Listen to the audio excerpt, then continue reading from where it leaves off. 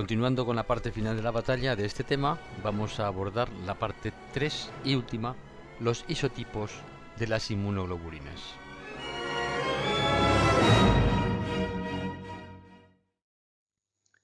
Uno de los factores más importantes que hacen diferentes a las inmunoglobulinas son las regiones constantes, que están aquí en esta figura, pues indicadas de distintos colores.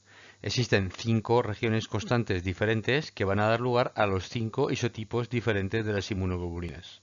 Fijaos que estas regiones constantes en el locus, en los genes de estas cadenas, están detrás de los fragmentos J.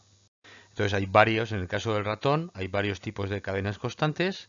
Según la cadena constante que se recombine, que ya veremos que se produce una recombinación a partir de aquí, del C-gamma, hace falta recombinar el VJ o el VDJ con una región constante para generar el isotipo que sea.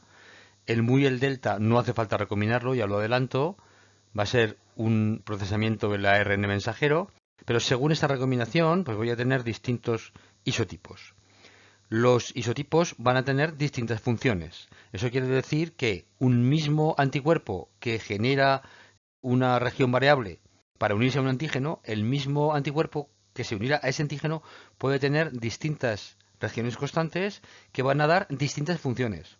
Por tanto, esto es una parte muy importante de los anticuerpos porque las funciones de los anticuerpos dependen de su región constante.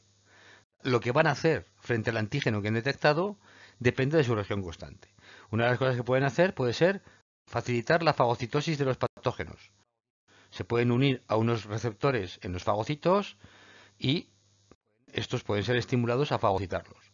Otras regiones constantes pueden ser muy importantes para activar el complemento. Por ejemplo, las IgM son bastante buenas para eso. Las IgG, algunas de las IgG también. Algunas de las regiones constantes son necesarias para transportar las IgGs, por ejemplo, en la lágrima, en la leche. Hay que transportarlas, por ejemplo, al exterior del interior del intestino, valga la redundancia. El intestino es un tubo. La parte interna de ese tubo no está en el organismo, es una parte exterior, es una superficie epitelial por donde pasan los alimentos, que está tapizada de bacterias y que hay que controlar esas bacterias que son las de la flora intestinal, que no se nos desmadren, digamos, ¿no? Que no se nos descontrolen. Bueno, pues para ese control existe un anticuerpo particular que es la IgA, que tiene que ser transportado desde la parte interior del intestino, o sea, la que está dentro de nuestro organismo, a la parte exterior, o sea, el interior del tubo. No sé si me explico con claridad. El interior del tubo del intestino no está dentro, es una parte externa. Es un tubo que nos atraviesa, pero que realmente no está dentro del organismo. Bueno, ahí debe ser transportada la IgA. Entonces, el FC de la IgA es particularmente importante para eso. Igual que si son secretadas en la leche, también la IgA es importante, o la IgG es importante, o incluso para la transferencia a través de la placenta, para proteger al feto durante el desarrollo de posibles infecciones, pues la IgG también debe ser transportada y esta región constante es lo que permite ese transporte. En esta tabla aparece un resumen de los isotipos de inmunoglobulinas más importantes, la G, la M, la A, la D y la E. Y aquí tenemos, aunque esté en inglés, la función que pueden desarrollar los distintos isotipos. Por ejemplo, si son buenos para activar la vía clásica del complemento. Pues solamente la Ig1, la Ig3 y la IgM, que ya he dicho antes que era muy buena. La alternativa da igual porque no hace falta anticuerpos. ¿Cuáles se transfieren a través de la placenta? Pues la IgG1 y la 3. Las IgG se transfieren, las demás no se transfieren. ¿Cuáles son los que se pueden unir a los macrófagos para fagocitar? Pues algunas pueden, otras no pueden unirse a los receptores de los macrófagos y de los fagocitos para aumentar la fagocitosis. La IgE es muy importante, ya lo veremos más adelante en el curso, para unirse a unos receptores que están en la superficie de los eosinófilos, los basófilos y los mastocitos, que van a desencadenar una reacción inmediata cuando esta IgE detecte a su antígeno. Estas reacciones van a ser fundamentales en la alergia y fundamentales para la lucha contra los parásitos. ¿De acuerdo? Y bueno, esto es básicamente lo que es más importante de esta tabla. De entre los 5 isotipos de los anticuerpos, los primeros que se producen son la IgM y la IgD, que son generados por procesamiento alternativo del ARN, pero además hay un proceso de poliadenilación alternativa. ¿Qué es esto de la poliadenilación? Pues en la generación del ARN maduro, este puede tener una serie de sitios que van a ser cortados por algunas enzimas y van a ser utilizados para añadir una cola de adeninas, de A, de ahí viene la poli-A, porque hay muchas A's. Cuando tenemos la recombinación hecha VDJ, esta VDJ se puede unir o bien a esta región CEMU que tiene varios exones, los cuales cuando se produce el ARN van a ser también tratados por procesamiento alternativo para dar un RNA maduro. Este RNA, si se corta en el lugar 1 de poliadenilación, pues se va a añadir las polias aquí, que van a ser importantes para dar estabilidad al ARN, de manera que se pueda traducir a proteínas, y este RNA mensajero maduro va a dar lugar a la cadena pesada de la IgM. Pero es posible que el ARN que se produzca, que es todo este que hay aquí, en lugar de ser cortado en el primer sitio de poliadenilación, es cortado en el segundo, es procesado en el segundo, porque toda esta parte de aquí es tratada como un intrón. Es decir, toda la región constante CMU es tratada como un intrón. Con lo cual lo que queda es la región C delta, que va a ser también procesada por procesamiento alternativo, los exones van a ser unidos y también va a ser unida a la cola de polias en el sitio de poliadenilación que tiene esta parte del ARN y esta parte del ADN. Y esto me va a dar un ARN mensajero que va a codificar para la cadena pesada de la IgD y me va a dar una IgD madura. No está claro cuál es la función de la IgD, pero la IgM sí que sabemos que es el anticuerpo, es un pentámero, y es el anticuerpo que tiene mayor avidez. La avidez es un concepto que depende del número de puntos de unión a los antígenos. Como la IgM tiene 10 puntos de unión a un antígeno que tiene que ser necesariamente repetitivo, aunque tenga poca afinidad cada punto de unión, no obstante, como son 10 los que se unen, el anticuerpo se queda unido a la superficie, por ejemplo, de una bacteria, aunque cada punto tenga poca fuerza de unión. Pero todos juntos tienen mucha mayor fuerza, mucha mayor avidez. En este caso, la unión de 10 puntos de unión, todos juntos en un entramado pentamérico con las IgM, pues me genera mucha más fuerza de unión. Esto es importante que sea así porque la IgM o las IgDs, cualquier inmunoglobulina que se genera al principio, proviene de un linfocito que ha detectado un antígeno. Ya hemos hablado de que existen cientos de miles de linfocitos que van a tener receptores para cualquier cosa del mundo exterior. Sin embargo, lo que no podemos pedir al sistema inmune es que además de tener un repertorio de linfocitos que prácticamente me va a unir cualquier molécula del mundo exterior, encima las una con gran afinidad todas. Con lo cual, esto es imposible. Es decir, va a haber linfocitos que van a poderse unir a algo, van a detectar algo, pero lo van a detectar con poca fuerza. La fuerza con la que lo detectan va a ser suficiente como para activar al linfocito. Y el linfocito va a producir un anticuerpo inicial que va a tener poca fuerza de unión en cada punto, pero que para compensar lo que hacemos es hacer un multímero de este anticuerpo, una IgM que tiene 5 unidades, y esto va a compensar la poca fuerza que tengo en cada punto. Más adelante, como tenemos el mecanismo de diversidad de la hipermutación somática que hemos explicado antes, podemos aumentar la afinidad porque vamos a generar mutantes con cada vez más fuerza de unión al antígeno. Entonces, cuando ya tengamos un mutante que tenga fuerza de unión suficiente, podemos cambiar el isotipo, por ejemplo, a IgG, que solo tiene 2 puntos de unión al antígeno, pero que como va a tener una fuerza mayor en cada punto porque ahora ha mutado y ha sido seleccionado para eso, pues lógicamente ahora puede ser eficaz para unirse al mismo antígeno que antes se unía la IgM y que de haber sido producido la IgG inicialmente, pues no hubiera sido eficaz porque no hubiera tenido suficiente fuerza de unión. Las formas de membrana y secretadas de las inmunoglobulinas son también generadas por procesamiento alternativo del mRNA. Esto es importante porque la forma de membrana es el receptor y la forma secretada es el anticuerpo. La forma transmembrana es un receptor que además se tiene que unir a las moléculas correceptoras para enviar una señal al interior de la célula, ya lo veremos, cuando detecte el antígeno, y la forma secretada, en cambio, tiene que ser capaz de ser suelta, liberada al medio exterior, con lo cual no tiene que tener una región transmembrana, tiene que estar ausente para que pueda ser secretada al medio exterior y luchar contra los antígenos donde los encuentra en los fluidos, ¿de acuerdo? Fuera de la célula B. Entonces, esto sucede también por procesamiento alternativo. Hay dos zonas de poliadenilación del mRNA transcrito. Uno de los posibles procesamientos elimina la primera, incluye dos exones finales, elimina esta de aquí, incluye estos dos exones. Esos dos exones tienen un dominio transmembrana y entonces tenemos el receptor. Pero si elegimos la primera, en lugar de eliminarla, la elegimos, la que es eliminada es la segunda. Estos exones no están y entonces tenemos una proteína, una cadena, que no tiene dominio transmembrana. Esta región constante no tiene dominio transmembrana, con lo cual es secretada y esto es lo que tenemos. Ya hemos mencionado que la formación de polímeros aumenta la avidez por los antígenos porque se pueden unir a este antígeno por múltiples puntos. Las proteínas multiméricas son dos solamente, la IgM, que es pentamérica, y la IgA, que es dimérica, aunque también hay una variante monomérica que puede estar en el plasma. Esta cadena, esta de la IgA, es la que va a ser transportada hacia el intestino, ¿de acuerdo?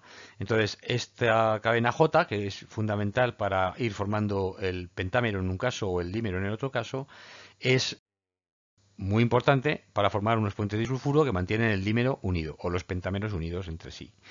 La IgA es la que es secretada a las mucosas o al calostro de la leche, como digo, y la IgM es secretada al plasma, que es donde va a funcionar principalmente en la lucha contra microorganismos que pueden estar ahí. Puede estar también en los líquidos del cuerpo, aunque es mucho menor la concentración de la IgM que de la IgG, porque la IgG puede salir de la sangre por el endotelio mucho más fácilmente porque es más pequeña, es obviamente 5 veces más pequeña que la IgM como molécula. Aquí tenéis unas micrografías electrónicas de la unión de la IgM o de la IgA a una superficie con su antígeno. Ya hemos mencionado que los anticuerpos sufren diversos mecanismos de diversificación que van a ser, en algún caso, la conversión génica. En este caso hay una especie de transferencia de secuencias entre dos fragmentos V. Esto no sucede en humanos, pero sí sucede en las aves. Tenemos la hipermutación somática, que sería otra variante posible. Aquí tenéis lo que sucedería en la región variable del anticuerpo, sobre todo en la zona de unión al antígeno. Se van a producir mutaciones que van a ser seleccionadas si son mejores para unirse al antígeno, ¿de acuerdo? Pero otro mecanismo de diversidad que no depende de la unión al antígeno es, como hemos dicho, el cambio de clase. El class switch es cambio, un cambio de clase, que es el que me va a producir con la misma zona variable distintos tipos de inmunoglobulinas. El mecanismo de hipermutación somática se puede comprobar experimentalmente si analizamos las mutaciones que suceden en los genes de las inmunoglobulinas después de haber inyectado un antígeno y esperar a que aparezca la respuesta, es decir, la respuesta inmune, los anticuerpos, ¿de acuerdo? Entonces, si analizamos esas mutaciones en las regiones de complementariedad, es decir, en los bucles, que es donde se van a acumular, como ya hemos dicho, a los 7 días, en la cadena pesada o en la cadena ligera, resulta que vamos viendo que tenemos unas pocas mutaciones a los 7 días, hay más mutaciones a los 14 días, y hay muchas más mutaciones en todos los bucles a los 21 días, es decir, les hemos inyectado aquí el antígeno al día 0, vemos lo que pasa a los 7 días, le inyectamos otra vez el antígeno y vemos que se producen más mutaciones y le volvemos a inyectar el antígeno, es decir, como si fueran inyecciones de refresco de la vacunación, y vemos lo que sucede a nivel de las mutaciones de los cambios en la cadena ligera y en la cadena pesada. Entonces podemos ver que se van acumulando mutaciones que han sido seleccionadas porque han aumentado la afinidad de los anticuerpos que las han ido acumulando. Así pues, el mecanismo de la hipermutación somática se puede seguir así y está claramente demostrado de forma experimental.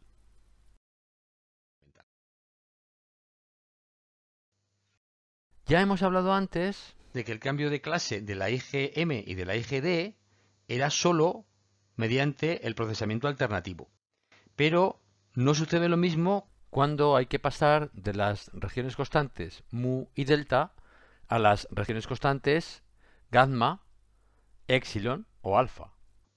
Para eso hay que recombinar el ADN. Y para recombinar el ADN hay que cortar y pegar. Por tanto, de nuevo, hay que saber cortar y pegar en regiones. Hay que saber dónde se corta y saber dónde se pega. Y hay que permitir el corte y luego la ligación. Entonces, ¿cómo sabe el linfocito? Ya lo veremos esto más adelante también, pero ¿cómo sabe el linfocito qué tipo de anticuerpo tiene que producir a partir de que haya producido la IgM y la IgD? ¿Cómo sabe si tiene que producir IgG, IgA o IgE? Bueno, esto obviamente requiere que el linfocito B reciba información, que alguien le diga, le dé la orden, oye, tienes que hacer IgG o tienes que hacer IgA. Esa orden se la da normalmente un linfocito T y se la da a través de citocinas que el linfocito T produce y le envía al linfocito B. Cuando el linfocito B recibe las citocinas, ya veremos en el tema 6 a través del proceso de señalización, que va a poner en marcha una serie de factores de transcripción. Esos factores de transcripción se van a pegar a la región constante, una región constante que tiene una señal, una región, digamos, promotora, que va a permitir que la cromatina se abra. Es decir, el ADN se desenrolla de los nucleosomas. Se permite la formación de un RNA mensajero en esta cromatina abierta. Y al abrirse la cromatina en esta zona, en ese momento de la vida del linfocito, hay una serie de enzimas que van a producir unas mutaciones, van a cambiarme las citocinas por uracilos. Al cambiarme las citocinas por uracilos, esto me indica que aquí se me ha producido un daño en el ADN y hay una serie de proteínas de reparación que van a venir a reparar el ADN. La manera de reparar el ADN de esas proteínas es bastante expeditiva. Van a cortar en la zona donde está dañado este ADN y van a pegar las zonas sanas. Con lo cual se van a cortar por aquí y se va a cortar por acá. ¿De acuerdo? Vamos a ver, el VDJ está aquí, que no se ve por esta parte, el VDJ, y se va a unir esta zona azul con la zona verde y todo esto va a ser eliminado. Lo que está en el medio va a ser eliminado. Y se me va a quedar pegada la VDJ, en este caso con la C epsilon. ¿De acuerdo? Porque se me pegan estas dos señales que son las que han permitido que la cromatina se abra porque las citocinas que ha recibido el linfocito B han llegado hasta allí con factores de transcripción que han permitido abrir la cromatina y generar este daño en el ADN. Con lo cual al final tenemos la unión de estas dos señales y el VDJ ahora queda junto al C epsilon. Aquí se va a producir un RNA mensajero y esta zona va a ser eliminada como un intrón.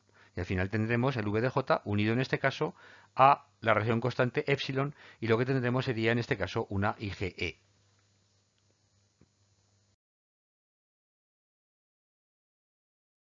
Obviamente se producen en todos estos procesos una serie de cambios génicos en las células B y en las células T para generar los receptores. Y aquí tenemos un resumen de lo que se produce en cada una de las células, o en las dos. Lo primero que se produce es el ensamblaje de la región V. Hay una recombinación, el cambio es irreversible. Una vez que se ha recombinado la V con la D o con la J, ya no hay marcha atrás. Lo que hay en el medio es eliminado y ya no se puede volver a recombinar. Esto ya lo hemos mencionado antes, lo clarificamos ahora de nuevo. Sucede en los dos tipos de células, linfocitos B y T. Hay una diversidad de unión, que se ponen nucleótidos N, que ya hemos mencionado antes, que también es irreversible. Una vez que hemos añadido los nucleótidos, ya no se pueden quitar. Sucede en los dos tipos de células. ¿Se activa la transcripción? Que evidentemente se tiene que activar para formar el ARN mensajero que luego se traducirá a la proteína de las cadenas de las inmunoglobulinas o de los receptores de las células T.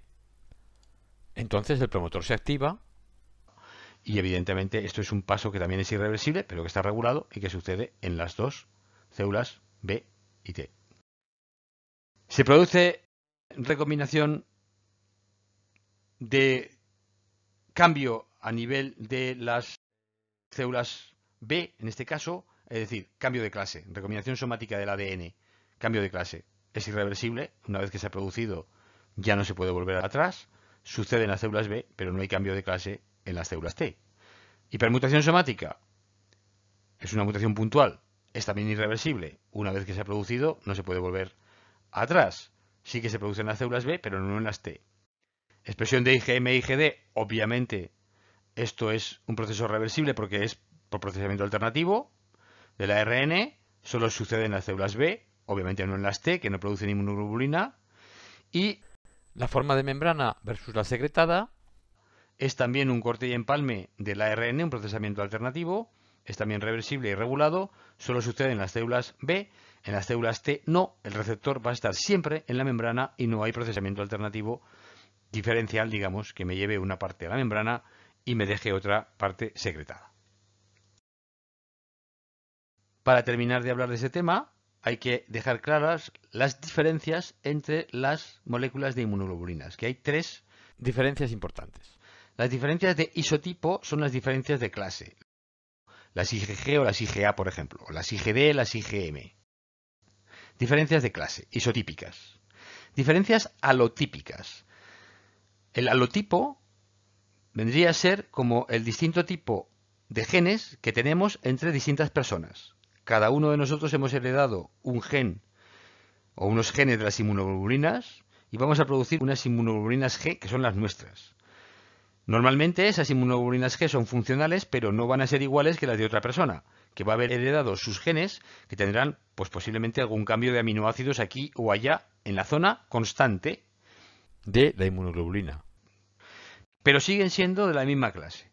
Entonces, estos cambios en anticuerpos de la misma clase que dependen de diferencias entre las personas, entre los individuos de una misma especie, se llaman diferencias alotípicas. Alo significa otro y típic significa tipo, claro, otro tipo. Bueno, pues tenemos IgGs, en este caso es del mismo isotipo, pero curiosamente es de otro tipo. Un poco confuso, pero así es el tema. Y luego tenemos las diferencias idiotípicas. Estas diferencias se agrupan en la región variable de las inmunoglobulinas y son las que explican la capacidad de las inmunoglobulinas para unirse a diversos antígenos. Estas diferencias idiotípicas normalmente se van a acumular en los bucles de unión al antígeno del dominio de inmunoglobulina de la región variable. Con lo cual podemos tener la misma inmunoglobulina, el mismo IgG, producida por la misma persona, es decir, tiene los mismos genes, no hay diferencias alotípicas en este caso. Las diferencias entre IgGs de la misma persona, ¿dónde van a estar? En la región variable, que va a ser la que se une al antígeno, ¿de acuerdo? Las diferencias van a ser ahí. Diferentes IgGs que se unen a diferentes antígenos van a tener las diferencias acumuladas en esos bucles, como digo, y esas diferencias son las diferencias idiotípicas. Y con esto damos por terminado el tema 4. Espero que os haya gustado, que hayáis aprovechado y que hayáis aprendido. Nos vemos en el tema 5. Adiós.